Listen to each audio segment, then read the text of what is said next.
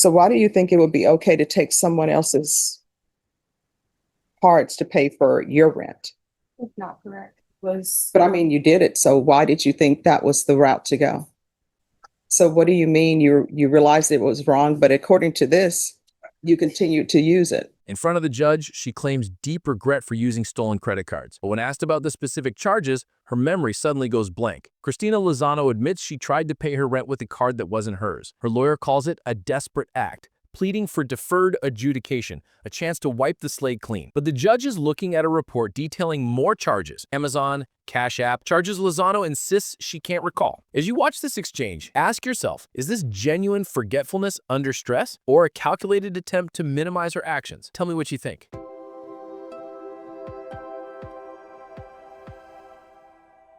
All right, we're here today for sentencing. You entered a plea to count 1, paragraph A. The court found that there was sufficient evidence to find you guilty.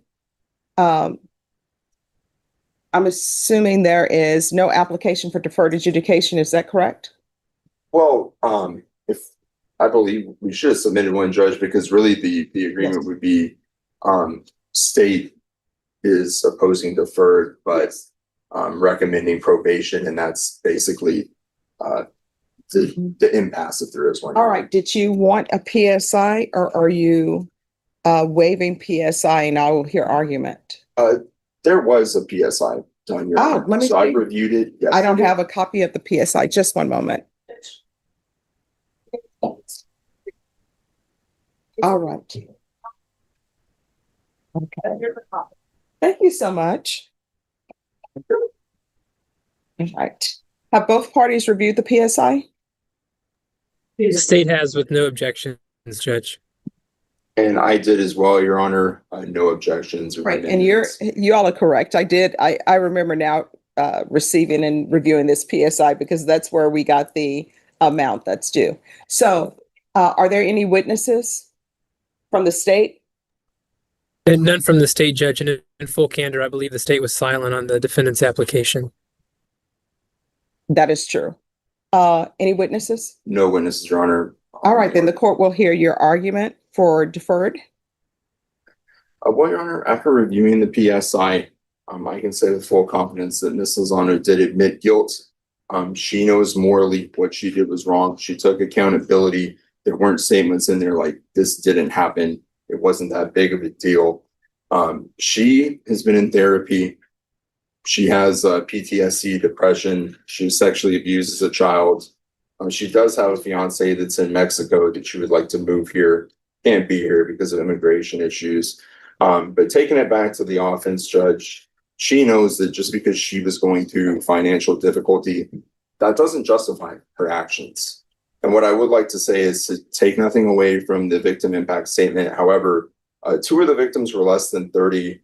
And while one of the victims, yes, Ms. Finland is technically elderly, it may not be targeting an elderly individual in the same sense as, maybe cases where somebody works at a nursing home and takes somebody out of somebody's purse or something to that effect. There were other victims as well, and they weren't elderly individuals. But going on, Judge, she did pay restitution as well, start paying to the detective on behalf of the Thomases, which shows that she knew what she did was wrong. She's trying to make it better.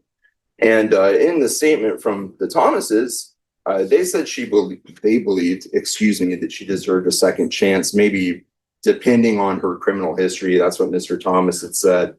Of course, from the PSI, it's evident that she has no criminal history other than these charges. So this isn't a repeat compulsive sort of problem, Your Honor. I know what someone of your stature, someone in charge of a district court may be looking at these sorts of offenses and thinking, is this a compulsive pattern where somebody is constantly targeting elderly individuals and committing crimes of moral turpitude? But it's never happened before.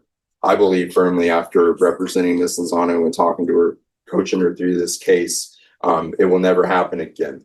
She knows it's very serious and she will never want to be in this position again. From the victim impact statement from Ms. Finland, I didn't really understand if it seemed like she talked a lot about thinking community service of some sort was appropriate.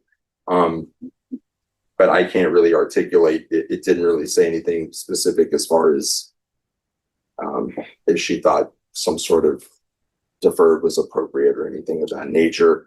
So I can leave the state to decide that, but it did say several things about different suggestions for community service, like gift wrapping at Christmas and working with animals or something to that effect. So again, Your Honor, in the future, she knows that this should never happen again, and she is looking at future career options such as continuing as a medical assistant, or perhaps trying to get her nurse's license, being an LVN, RN, taking that route. So I believe, Your Honor, that she does deserve deferred. As you know, there are a lot of consequences on deferred. It's not an easy road. She can be adjudicated guilty. She can become a convicted felon and have crimes of moral turpitude on her record. She can face a jail sanction for up to 180 days. She can face TDC, more importantly.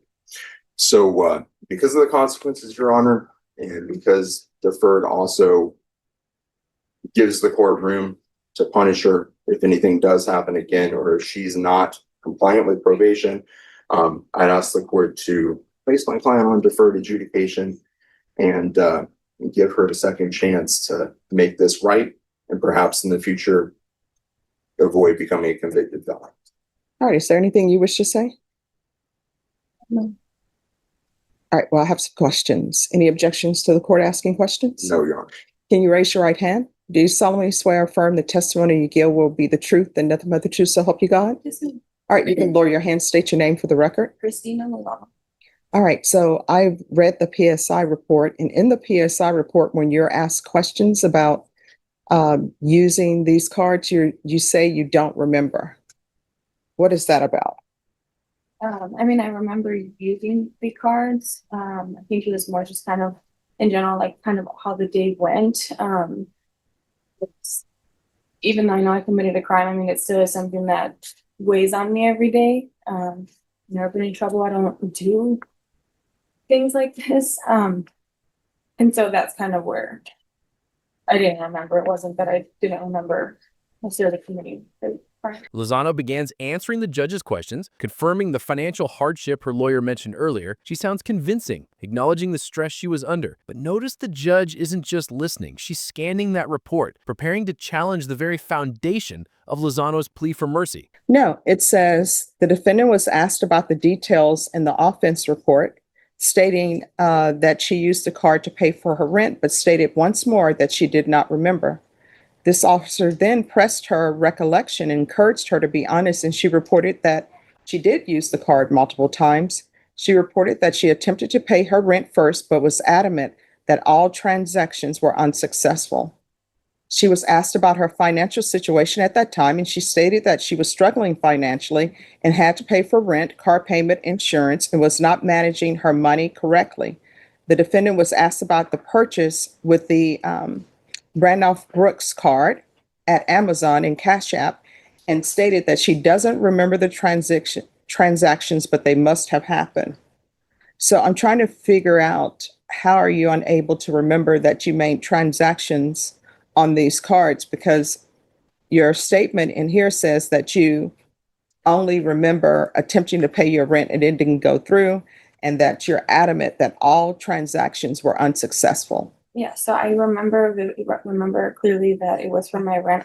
When she mentioned about the other charges, I was not aware that I made those charges. I mean, I possibly could have, but I remember being used for the rent because that's what was the most important at that time that I needed. She sticks to the script, a failed attempt to pay rent, followed by immediate regret. It's a neat narrative, but if that's the whole story, why is the judge about to bring up those Amazon and Cash App transactions Lazano claims she knows nothing about? But I mean, it said that the payment for the rent was unsuccessful. Correct. Yeah, I didn't go. So you don't remember using it for other things? I do not. This Amazon and Cash App? So why do you think it would be okay to take someone else's cards to pay for your rent? It's not correct. But I mean, you did it. So why did you think that was the route to go? Because I thought it was an easy way, and I realized very quickly that that was not correct, and it doesn't matter what situation I'm in. I So should when know. did you realize that that wasn't correct? So you had the unsuccessful, according to you, you attempted to pay your rent. It was unsuccessful. So did you remember at that time? At that time, I was like, "This is wrong," and I threw it away because I thought All right. that was So you're saying it was wrong, but then after that, there's an Amazon purchase and there's Cash App purchase. So what do you mean you realized it was wrong, but according to this, you continued to use it? like I said, I definitely do not recall using it on Amazon. I can't remember at this moment what I even would have used it for in that moment. I do 100% remember using it for my rent, and I just felt super awful and made me feel so bad because I was like, oh my God, like, what is that person going through? That, my issue, I could have figured out a different way. And that's how I felt in that moment. I And don't, why did you stop paying? Because it appears that who knows, I'm not with the police department or with the DA's office, but it appears that you were making payments and then you ended up ghosting that person and stopping making payments. Why? so I was making the payments, and then I unfortunately had to get a new phone because I was in financial issues. So I had to get a new number. And when I had called the police department where me and the detective had met, I couldn't get a hold of him. I had tried calling 4 different times. I couldn't remember his name. But I had the receipts of what I had paid, and I was trying to ask, like, hey, could someone get me in contact with the person I was speaking with? And I was just never able to get in Did you go contact. to the police station? I didn't. Why not? That's the best way to find this person if you truly want to make amends. Right. So why didn't you? It just wasn't something that crossed my mind. And then you said that the reason why you're in these difficulties was because you were not managing your money appropriately. What do you mean by that? I just wasn't budgeting correctly, and I had a car payment that was just way too expensive, and I wasn't able to afford and rent at the same time. And I needed to be responsible and get rid of that car. And why didn't you get rid of that car? I think it was just my not wanting to see, like, just not wanting my family to realize that I wasn't making it. I think that was just kind of the biggest And thing. do you still have that car? So when did you get rid of that car? I believe it was like a month after this incident. Mhm. I gave it back to the bank that I had it with. So I'm trying to make a decision on whether or not to give you deferred. What I can tell you is people on probation in this court, I don't allow them to work with vulnerable people. So you're not going to be in the home healthcare field where you're dealing with patients. You're not allowed to work with minors. Do you understand that? Yes. So this is me trying to figure out whether or not to give you deferred. And this is my question for you. With your stealing of those credit cards and using them, what do you think the person whose cards they belong to, what do you think they had to do to straighten all of that out? Go to their banks, make phone calls. I know it's definitely a long process. I've had the same situation happen to me, and it's a very, very difficult process. And something. So no, I mean, what process? I'm having to call your bank and verify those charges and have them like go through like the fraud process, and then having to get those cards reinstated back to you, which can take 7, I think, to 10 business days for them to come in the mail.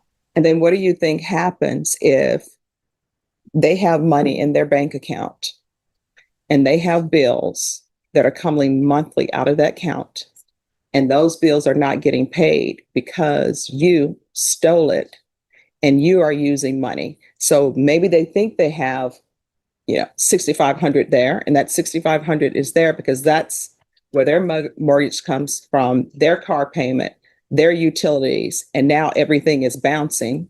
I don't know, do they still call it bouncing? That's what we called it when a check would bounce or it would bounce and everything is bouncing. And what you're failing to realize is that when you have a bank account, and maybe if you have a check that bounces, you know what ends up happening? They charge you. Now, your bank charges you the overdraft fee. And then now they do it where whatever account was trying to get that money, they charge you a fee. The focus shifts sharply from Lazano's struggles to the victim's reality, the potential bounced checks, the fees, the stress she caused. The judge isn't just sentencing a crime, she's evaluating Lazano's honesty. Can Lazano regain the judge's trust after claiming memory loss? So for the person who has their utilities coming out of their account, they're probably not checking it. They're thinking, oh, everything is fine. Maybe they come home and their utilities are off. And then you know what? It's a snowball effect because then they have to call the utility company searching why they don't have their money. And then guess what? Then pay the utility company extra because they're going to pay you a fee to turn your electricity back on, right? So that's extra. And then you have to pay them because your check bounced. And then you have to pay the bank because you had an overdraft. And even when people have overdraft protections, there's a fee associated with that. It's just not like the bank saying, oh, we're giving you free overdraft protection. So I don't know if you're internalizing everything. And if you're telling me that in the past you've had this happen to you before, I don't know if you're internal. I don't know if you should get deferred adjudication counsel. Well, Judge, I mean, she has taken a plea. I can tell you without violating any lawyer-client confidentiality, she's never been the type of client to lack accountability and tell me this is just all bogus. It never happened this way. They're lying. There's none of that. We discussed this case and she came to a decision very quickly. And I know she realizes the impact of her actions. I will say with respect to credit card fraud, every bank is a little bit different. It happened to me a few months ago, or maybe about 5 weeks ago. Have USAA within about 5 days, it was all cleared up. I mean, I understand that, but somebody is paying for it, right? Even if the bank says, hey, we realize that this was fraud and it's not you, and we're going to put that money back in your account. They're not just putting that money back in the account and saying, oh, well, that money that they're putting back in the account, trust me, they're passing it along to their customers some kind of way, even though they probably have insurance for fraud. So it's not just, oh, we're not hurting anybody by doing this. No, and I agree. I mean, I understand that my actions were very wrong, and that would never happen again. And I do feel very sorry for the victim because like I said, I have been in that situation and it's not something that's easy at all. Were you in that situation before or after this happened? Before. So I don't know if you're sympathetic or not because you wouldn't have done this. And sometimes when people are having financial hardships, if you just ask for help, usually people will help you. But you can't work in any offices or anything because you can't be trusted in an office. And that's just based upon this. And you can't work around any money. I'm not going to allow it. And that's based upon this. So are you currently employed? So how are you supporting yourself? I had got fired for this case, and I took out my 401k, and that's kind of what I've been using. So here's my question. And I always say taking out 401k, usually people do that a lot. Why didn't you just take money out of your 401k when you were struggling with car payments and everything instead of stealing? At that time, I was transferring jobs, so I didn't have I had only been at my job for 6 months, and then I had transitioned to a different job, so I didn't have a 401k, like anything available. But now that you're unemployed, you have a 401k. Because I had been with my company for the last 2 years before this case. All right, anything else? Again, Your Honor, she has, I believe, from the PSI taken accountability, though she wasn't totally clear on the details. That doesn't mean she contradicted any of the events or she's here saying this didn't happen. She's pled to all of it. She's making an effort at restitution. She already has paid in the past. I'll reiterate that deferred isn't an easy road. And there are so many ways that the court could come back and teach her a lesson if she were to violate, including prison. All right. Well, this is what I'm going to tell you. This is a crime of moral turpitude. And whether you have deferred or a conviction, it's always going to be a crime of moral turpitude, and it's going to be on your record. And anything that requires you to have a license, this is going to pop up. And you may be precluded from having license. That goes for cosmetology, whatever business that requires you to have a license, this is going to pop up. You understand? All right, the court will sentence you to 8 years, deferred adjudication. There's to be regular reporting by Zoom or in person. There's to be regular random UAs. Proof of employment within 45 days. There's to be no employment as a home health care provider or with minors. Field visits 1 time per month for 6 months. There's a remaining restitution to Lauren Thomas of $875. There's to be restitution to Randolph Brooks Federal Credit Union in the amount of $36.74. And Judge, Yes. I don't mean to interrupt, but for Yeah. restitution, after reading Ms. Finland's statement and Mhm. talking with defense, can we bring the fine down to $750 and add $250 in restitution to Ms. Finland for the cash missing from the wallet? Defense? Yes, that's what we had agreed upon, Judge, because that wasn't accounted for. Okay.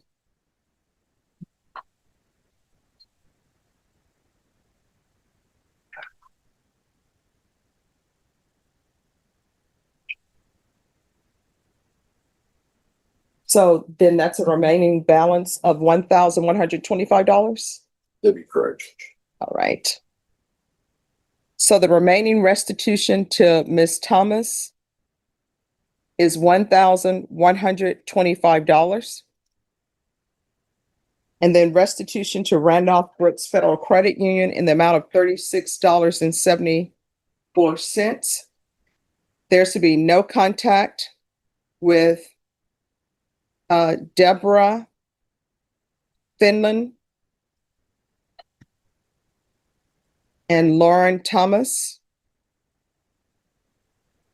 The MRT course. 150 hours of community service restitution. You'll have to do those hours at an approved restitution center. Probation will let you know which places are approved. If there is something that you're interested in, let them know and we'll see if there's an approved place for that. Usually it's the San Antonio Food Bank, but if there's a shelter and you want to do it at the shelter, you can do it at the shelter. All right. And Ms. Abrams, when I say shelter, I mean the animal shelter. All right, and then there's a $1,000 fine, and that will be probated. And the state will take in consideration CC 734399. Probation, is there anything else? Okay. You had mentioned that your client was suffering PTSD. Yes, Your Honor, she's personally, she uses telehealth therapy services right now for counseling. The defense makes one last push, emphasizing that deferred adjudication isn't a free pass. It comes with consequences. The judge has heard it all. Now, does she believe Lazano's memory failed her, or does she believe Lazano failed to tell the whole truth? All right. Rashawn, can you, out of custody, can you do have her evaluated for Mick? Okay. Is there anything else you need from the court to be successful? No. All right. Did you review the document entitled Trial Court Certification of Defendant's Rights to Appeal with your attorney? Did you understand it and sign it? Yes. Because it's a plea bargain agreement, because I followed your plea bargain agreement, and because you waived your right to appeal, you do not have the court's permission to appeal. Do you understand? Yes. All right. We can go off the record. Here's the thing, and this is what my grandmother would always tell me, my mom tells me, and this just goes through our family. And the number one thing is you cannot build your happiness off somebody else's misery. So even if you think it's a shortcut for you, you need to ask yourself, am I making somebody else's life miserable? And if the answer is yes, don't do it. Now, you're on deferred adjudication.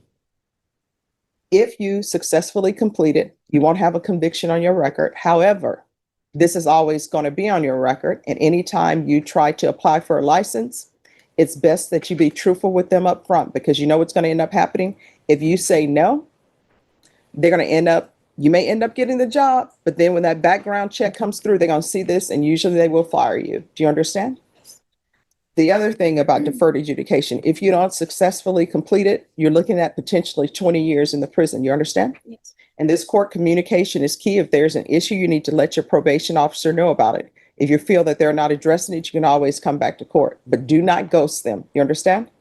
All right, good luck to you. So, in the end, Christina Lazano received 8 years of deferred adjudication. She avoids immediate conviction, but she'll have to pay back Lauren Thomas and Deborah Finland, complete community service, and crucially, she's barred from jobs working with vulnerable people or handling money, potentially derailing her career plans. Was deferred the right call, especially when the judge seemed unconvinced by her memory claims? And what happens now for Lazano, facing nearly a decade of probation with strict rules and limited job prospects because of that ban? Let me know your final thoughts in the comments below.